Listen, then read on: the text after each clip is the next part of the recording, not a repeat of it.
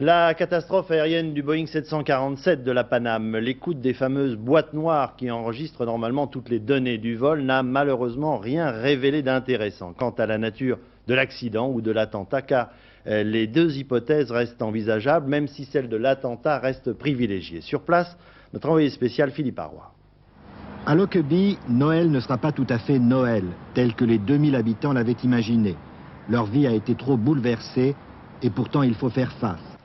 La population de la petite ville a doublé avec les équipes de recherche, les militaires, les travailleurs sociaux, les journalistes, et puis les familles des victimes américaines dont certaines ont tenu à passer ce Noël non loin de leurs proches disparus. Tout a été fait pour qu'ils puissent loger dignement à Lockerbie ou dans les environs. Leur peine est partagée, les prêtres réconfortent partout où cela est nécessaire. Les corps de tous les passagers n'ont pas été retrouvés. Les 600 personnes chargées de leur recherche vont poursuivre leur pénible tâche demain et les jours suivants. Plusieurs cadavres sont encore manquants. D'autres équipes s'activent à collecter les débris qui seront analysés par les experts. Eux seuls permettront de dire s'il y a eu sabotage, puisque la boîte noire de l'avion n'a rien révélé d'anormal, sauf un léger bruit. La zone de recherche est étendue.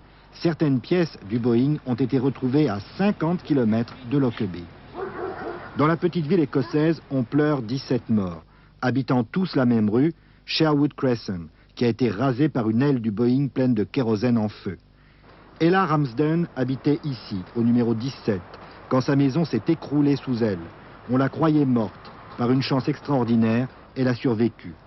J'étais dans ma cuisine, raconte-t-elle, et soudain j'ai cru que c'était la fin du monde. Il n'y avait plus de toit. Je pouvais voir le ciel. J'ai cassé une vitre et j'ai pu sortir. Il y avait un silence extraordinaire, plus personne. Ella Ramsden, son chien et son perroquet vivent ce soir à Lockerbie le miracle de Noël.